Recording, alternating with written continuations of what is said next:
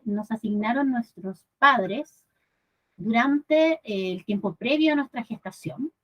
¿Ya? Es un concepto que vamos a escuchar muchas veces, que se relaciona, yo lo tomo desde la biodecodificación biológica, pero también lo tomo desde el ámbito de las constelaciones familiares, donde se habla de que muchas veces esta realidad que estaba gravitando en la vida de nuestros padres, antes incluso de conocerse, se calcula hasta 2 años antes de nuestra gestación. Puede que nuestros padres se hayan conocido, hayan sido pareja, puede ser que no, puede ser que se conocieron, no sé, 6 meses antes, pero todo lo que ellos vivieron hasta 2 años antes de que yo fuera gestada, viene junto a mí como una especie de mandato, como una especie de clima afectivo, emocional, de creencia, de intenciones que va a pesar en mi desarrollo. ¿Por qué? Porque todos los seres humanos traemos un propósito individual, que es el propósito de nuestra alma, lo que nos trae a este plano, lo que nos trae a encarnar en este plano, ¿cierto? Y que nos permite de alguna manera anclarnos en este plano, porque teóricamente, todo esto es desde la teoría, si ustedes tienen un pensamiento distinto, tienen una formación distinta, les invito a comentarme, ¿cierto? ¿Qué es lo que se dice? Se dice que el alma, para poder, el espíritu, mejor dicho, el espíritu, para poder manifestarse en este plano necesita un cuerpo, porque la experiencia encarnada requiere un cuerpo. Sin cuerpo yo no puedo comer, respirar, nacer, relacionarme, tocar, todo lo que implica la vida humana requiere un cuerpo, la corporalidad, lo terrenal. Ya para habitar el planeta Tierra necesito un cuerpo. Sin embargo, cuando yo nazco, tengo un periodo de gracia, por decirlo así, como que mi alma dice, evalúa, el alma es el intercomunicador entre la personalidad y el espíritu. La personalidad en ese momento no existe, porque el ser se está recién formando, entonces es como el espíritu elige las condiciones propicias para nacer. Ahora, estas condiciones propicias son propicias a un propósito evolutivo. No es que tú me digas, oye, pero ¿cómo nacer en la extrema pobreza y en la orfandad es propicio para un niño? No, no están en función del ego o la personalidad, están en función de los propósitos espirituales que trae esta presente encarnación. Esa persona tiene un karma, esa persona tiene un montón de situaciones que resolver, ¿cierto? Que en el fondo esta vida con estas condiciones, esa mamá, ese papá, esa historia, ese ambiente, esa raza, esa religión, ese contexto, va a servir a un propósito evolutivo. Cuando no lo entendemos, claro, lo vemos como algo injusto, como algo arbitrario. Si no creemos en este tipo de teorías, también vamos a decir, oye, qué injusto que una persona nazca en África, no sé, muriendo de hambre, y otra persona nazca teniéndolo todo. Pero tiene que ver con aprendizajes que tienen una característica evolutiva o espiritual, ¿cierto? Entonces, mi alma sondea y dice, oye, mira, allá hay un escenario que parece más o menos propicio para que esta persona se desarrolle. Por ende, vamos a proponer que esta persona nazca aquí, sea, no sé, el tercer hijo de esta familia compuesta por, iba a decir componida, compuesta por Juan y María, y va a venir a cumplir un rol, porque los papás se están separando, y este niño va a venir a traer una situación. Hay un conjunto de situaciones ya que generan ese nacimiento. Pero ese es el propósito de mi alma. Este niño va a venir a esta tierra a sanar, a aprender, a mejorar, a crecer. Sin embargo, lo que está pasando en la vida de mis padres, que por ejemplo puede ser que efectivamente se están separando, que hay un conflicto, que no se entienden, que hay muchas peleas, y yo no sé por qué hay gente, mientras más peleas tienen, sigue teniendo una vida sexual en común, ¿cierto? Engendran este hijo y este hijo viene como a nacer en un escenario donde, no, esta guagua sí que va a salvar nuestro matrimonio, porque este sí, ahora es todo distinto, vamos a renovar nuestro compromiso, todo va a ser como al revés, este sí que va a colapsar nuestro matrimonio, ya no nos da la economía, no nos da los tiempos. O sea, pueden haber muchas situaciones que estén detrás de ese nacimiento. Tenemos nosotros como dentro de nuestro análisis personal que revisar en qué estaba mi papá, en qué estaba mi mamá. Eran una pareja que estaba bien, tenían proyectos, tenían metas. ¿De qué forma mi nacimiento potenció o entorpeció esas metas? Porque a veces un embarazo puede ser incluso una forma de autosabotaje, una mujer que tiene muchas posibilidades de crecer, de desarrollarse, por una lealtad inconsciente a su sistema familiar, por una lealtad inconsciente a un mandato de género, se embaraza porque de esa manera tengo que ser madre y no puedo ser profesional, o me pongo más cuesta arriba a ese camino porque de alguna forma no estoy, estoy siendo leal a mi inconsciente familiar y no estoy siendo leal a mi propósito personal. Ahí viene la diferencia. El propósito es el propósito de mi alma, a lo que yo vine, lo que me permite crecer, evolucionar, avanzar en una dirección. Y el proyecto de sentido es esto que está pasando con la vida de nuestros padres hasta 2 años antes de nuestra gestación, y que de alguna manera, yo voy a poner siempre el mismo ejemplo porque me funciona, lo planteo así, por ejemplo, le voy a poner todo ejemplo en realidad.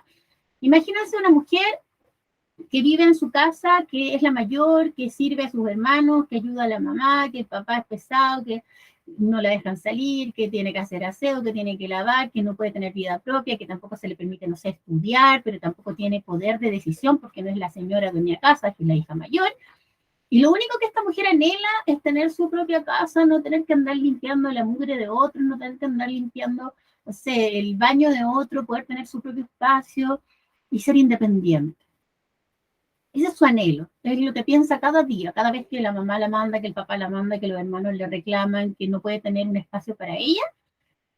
Y por otro lado, tenemos un hombre, ¿cierto?, que está viviendo su vida, no sé, que siempre recibe la crítica, la observación de que, oye, tenés que ser más responsable, oye, tómate la vida en serio, oye, ya tenés una vida, ya eres adulto, oye, deberías buscar una buena mujer. O sea, ese típico presión social del deber ser hombre y del deber ser mujer, como que está, el tema del deber ser es muy importante. ¿Qué esperaban las familias? O a veces no hay familia, puede ser una mujer que no tiene nada, que quiere formar su propio hogar, que quiere tener algo suyo porque está muy en el aire. Me pasó un poco así en algún momento. Eh, y tú dices, ya. Y estas dos personas no se conocen. Llevan 2 años, 3 años, 5 años, no sé, el tiempo que sea, con esta sensación de que tengo que crecer, que ya es tiempo, que tengo que ser adulto, que debería estar haciendo tal cosa, ¿cierto? Oye, pero ¿hasta cuándo hay que vivir con tu mamá? Oye, hazte cargo, hazte hombre, qué sé yo. Y también un poco chato de estos reclamos, de estas exigencias. ¿Y qué pasa? Pasa que nos conocemos, hay una energía que nos junta, porque hay como una vibra similar, por decirlo así, no sé si es la palabra exacta, pero digamos que sí, y nos juntamos y empezamos a vivir un romance donde volcamos toda esta intensidad, estos miedos, estas inquietudes, de alguna manera nos espejeamos, nos reconocemos. Esto puede ser una noche. O sea, yo soy, claro, testimonio de que uno puede, no sé, yo nací de un fin de semana loco, de pasión de mi mamá con mi papá. Y mi papá tenía otra relación y mi mamá tenía otra relación y ahí estoy yo, ¿me entendí?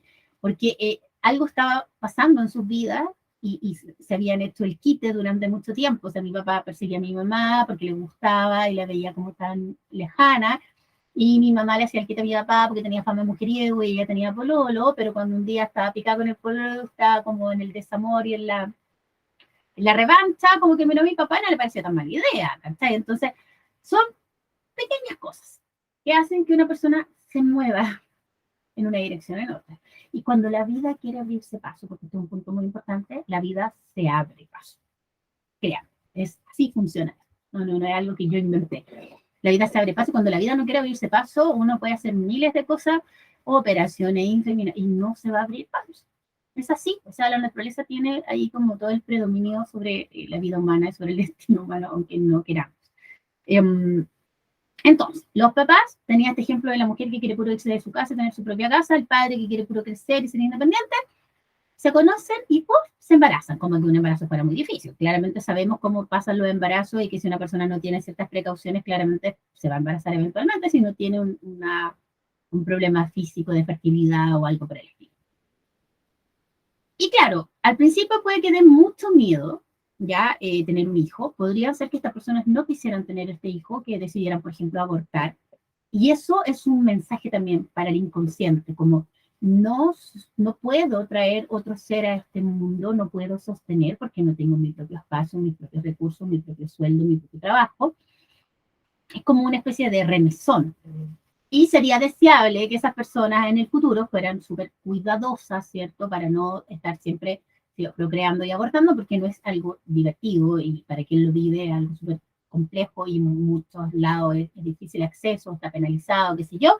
Pues es una situación compleja que nadie toma la decisión así como por juego, livianamente, es una decisión que genera mucha contradicción, mucho, qué sé yo, mucha dificultad.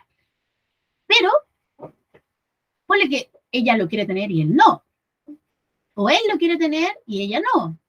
Y al final entran a jugar estas cosas de, ¿qué pasa si yo tengo un proyecto de vida? Que yo estoy estudiando y viene un hijo. Ay, sí, pero es que no, ya. ¿Qué pasa si yo voy a optar un trabajo y este hijo pucha, me va a significar sacar mi atención de aquí y ponerla allá? ¿Qué pasa si yo en mi casa me van a matar? O sea, yo conozco caleta de casos de mujeres que las echaron de su casa, la agarran a golpe, la exiliaron prácticamente a veces. Cuando nacen las guaguas, después las mandan a buscar y ya se enamoran del nieto, pero todo ese dolor, toda esa experiencia traumática durante la gestación, el hijo la recibe igual, no es bienvenido, su nacimiento no es bienvenido en este mundo, eso también es como una segunda piel. Si la mamá se siente sola, abandonada, engañada, estafada, maltratada, agredida, o sea, cualquier cosa va a repercutir emocionalmente en el hijo. Y estas dos personas, ya, digamos que deciden o traer este hijo al mundo. Ya puede que el padre se reste y la mamá se quede sola con ese embarazo y entonces va a generar todo un dolor porque en su casa le van a poner problemas. Digamos que esta persona la echa y tiene que armarse una vida con todo lo que implica estar embarazada, todo ese periodo que debiera ser de relajo, de descanso, de cultivo, que quizás no se logra. Y vamos a tener ahí una situación donde la persona finalmente cumple su deseo. Esto es muy heavy porque el inconsciente funciona así. Voy a tener mi vida aparte, ya no tengo que servir a mi mamá, a mis hermanos, a mi papá, voy a cumplir mi vida de tener un espacio mío, aunque sea un cuartucho, ¿me entendí? Tal vez alguien me acoja, mi madrina, una amiga, una tía, pero voy a salir de donde no quería estar. Y en el fondo este hijo viene a liberarme, pero viene a darme también otro tipo de responsabilidades, porque no es solo como, ya me libero y no tengo nada que hacer, o sea, claramente me sumerge en otro ámbito, que puede ser, ahora soy adulta, tengo que, o muchos mujeres dicen, bueno, ahora tengo un hijo, tengo que salir adelante por mi hijo, ya, todo eso puede pasar, pero es como que el hijo inconscientemente viene a realizar el anhelo de los padres, de ya no estoy sola, o ahora tengo mi propia familia, o ahora voy a construir mi propia vida, ahora me voy a ser responsable, ahora tengo que trabajar y sacar adelante a mi familia. Pero puede ser que, por ejemplo, el papá no lo asuma, que en vez de confrontar eso y decir, oye, esta es la oportunidad de crecer, de mejorar, de tener, qué sé yo, una vida estable, el papá se corra y el propósito que ese hijo iba a traer, que era confrontarlo su inmadurez, a la necesidad de crecer, de ser más resuelto, de trabajar, de prosperar, puede que el hombre simplemente le haga el quite. Y esa herida de la no madurez, de la no energía masculina resuelta, madura, adulta, también va a recaer en el hijo. Bueno, eso lo hemos vivido todos quienes hemos tenido un padre ausente o un padre que quizás no quiso asumir el rol 100%. Igual recae en nosotros de una forma u otra. Igual el hijo te confronta. O sea, yo el otro día pensaba esto a propósito del tema de las pensiones alimenticias, me pasó personalmente que hice un trámite al que no le tenía mucha fe porque dije, estas cuestiones nunca funcionan, puro trámite, ya bueno, pero le dije a la señorita de la oficina así como, bueno, si usted quiere, si usted cree que es lo mejor, así súper sin ilusión, y como al mes me llegó una notificación de que había funcionado y que le iban a congelar las cuentas bancarias al papá de mi hija. Y yo dije, bueno, el tipo no debe tener ahorro ni nada, pero cualquier pago que le hagan, ya sea un sueldo, un proveedor, una deuda, cualquier cosa, las cuentas van a llegar hasta ahí. Y claro, va a funcionar una vez, ¿por qué? Porque la persona después va a eliminar sus cuentas, pues no va a hacer transacciones a través de esas cuentas porque sabe que el banco se las va a retener. Pero qué fuerte para un adulto, que en este caso nosotros tenemos los dos casi 40 años, o sea, yo tengo 39, también tiene 39, tener que ser como un interdicto. No puedes manejar tu propio dinero porque eres un deudor de pensión alimenticia. Si hay algo que te está confrontando ahí, tu inmadurez, la necesidad de sanar e integrar tu energía masculina, siendo que este personaje, padre de mi hija, creció en lo mismo, vivió un papá que hasta el día de hoy vive con su mamá viejita de 90 años, que lo mantiene, que no le trabaja un día a nadie, que es alcohólico, que tiene hijos repartidos por todos lados. Tú, en vez de aprender de tu dolor, estás repitiendo la misma historia con tu hija.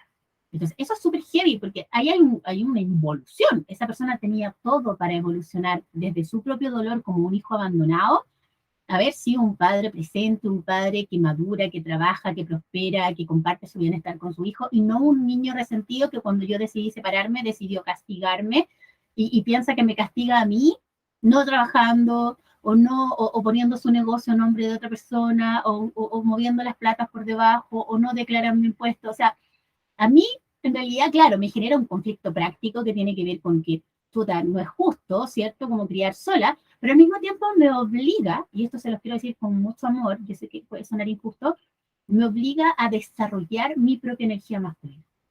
Es como que en ausencia del padre, yo podría solo quejarme y depender y llorar y sufrir y vivir ahí súper mal, o puedo empoderarme de mi propio masculino y sacar adelante mis proyectos, trabajar, prosperar, mejorar, todo lo que viene de la mano.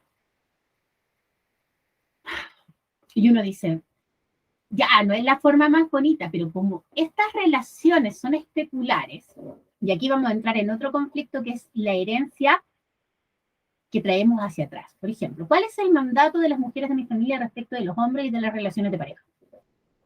Yo se los he dicho otras veces, esta creencia que los hombres no sirven para nada. Entonces, cuando yo inconscientemente encontré al padre de mi hija, ¿estaba buscando un hombre que sirviera para algo, más que para engendrar, o para el placer, o los menesteres del amor? No, no, no lo estaba buscando ni lo pretendía, porque ni siquiera lo estaba pensando, no estaba en mis planes conscientes ser madre, estaba, no sé, tercer año de universidad, como con muchos sueños, muchos proyectos, nada concreto, pero sí muchos sueños y proyectos. Y yo no podría decir, y de hecho yo lo pensé cuando me embaracé, ay, voy a dejar de estudiar, porque yo sentía que eso el día de mañana le iba a pasar la cuenta a mi hija, como que cualquier frustración, preferí articular mis tiempos, el embarazo, los tiempos, la tesis, las cosas que me quedaban pendientes para que yo pueda terminar mis proyectos y que mi hija tampoco tuviera que cargar con mis frustraciones creativas, profesionales, vocacionales. Y así fue, y tuvo un costo emocional, tuvo un costo de tiempo, tuvo un tiempo de redes de apoyo, pero se logró. Esa fue mi decisión. ¿Cuál fue la decisión de su papá? Ay, no, me estresé, es que el trabajo, el estudio, ay, que no sé, voy a dejar la universidad. Como si criar un hijo no demandara, pucha, bueno, ojalá tuviera ahí un título y pudiera trabajar en eso, fuera una persona responsable, coherente, pero no, porque es esa actitud infantil de niño. Tú frente a la paternidad o a la maternidad puedes tomar un rol de víctima y decir, ay, qué injusto, o decir, puta, ahora yo estoy a cargo. ¿Y por qué? Porque la maternidad constituye nuestra propia rama dentro del árbol genealógico. Yo estoy a cargo.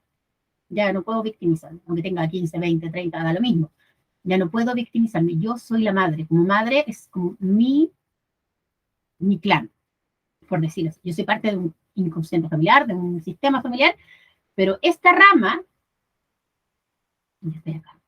Entonces, a veces la ausencia paterna, como les digo, también nos confronta a desarrollar nuestras propias herramientas y ser coherentes con eso que le estamos pidiendo al otro, que trabaje, que ayude, ni siquiera que ayude, que haga su parte, que sea responsable. Nos toca a nosotros desarrollar esas propias cualidades a nosotros, la capacidad de trabajo, de desarrollo, de responsabilidad, de ética.